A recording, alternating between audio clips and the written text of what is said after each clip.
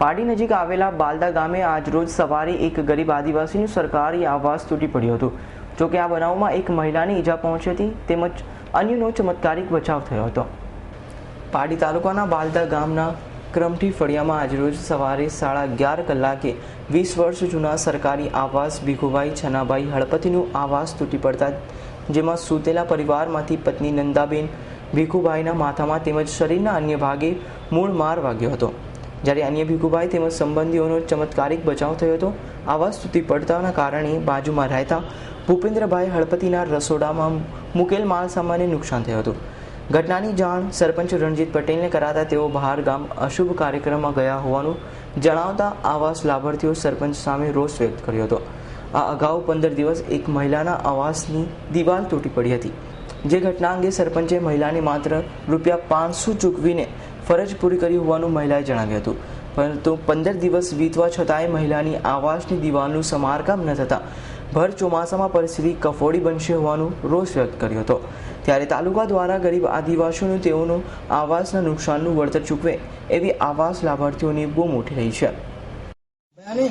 શું થયું આજે 11:30 વાગે જમીને સૂતા. મેં કીધું ચાલો ચાચા આરામ કરો, તબિયત નહીં હરતા ઉભા રહી એટલે આરામ કરો એમ કર્યું એટલે સૂટા એટલે આંખમાં જોકો જો આવ્યો એટલે તૂટી જ પડ્યું. એટલે 12:30 વાગી ગયા એટલે તૂટી જ પડ્યું. એટલા આ બાબતે કોઈને જાણ કરી? જાણ સરપંચે જાણ કરી. કે 12માં ગયેલો છે ને કે આજે નહીં અવાય કે કાલે અવાય. 12માં ગયેલો? હા 12માં ગયેલા છે. પછી તમને કેટલું વાગ્યું? મને માથામાં બોલાઈ ગયું. માથામાં બીજું કોઈને વાગ્યું છે કે? બધાને મેં જ ઘરમાં મેં જ એકલી તૂટી. કેટલા વર્ષનું આ ઘર બનાવેલ છે?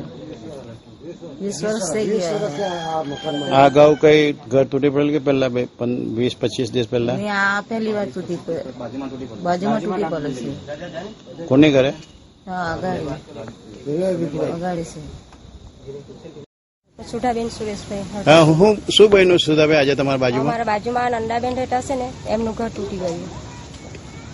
તો 11:30 વાગે ઘર તૂટી ગયું. અચાનક તૂટ્યું. અંદર સૂટેલા હતા સુધાબેન. પેલા નંદાબેન સૂટેલા હતા ને એના છોકરો પ્રકાશભાઈ બહાર હતો. તો નંદાબેનને માથામાં વાગ્યું અને બેભાન થઈ ગયા.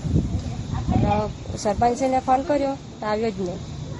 એટલે હું 12મુંમાં છું એમ કે 2 થી 3 વાર ફોન કર્યો પણ કોઈ આવ્યું જ નહીં. આમાં કોઈ આજુબાજુ કોઈ નુકસાન થયું? કોનું નુકસાન થયું? આજુબાજુ આ ઠાકોરભાઈનું ઘર છે, એમનું રસોડું તૂટી ગયું. અંદર પેલા બેન રસોઈ બનાવતા હતા અને રસોઈ બી બધી સાફ થઈ ગઈ. તમે સરકારને શું સંદેશ આપવા માંગે છે?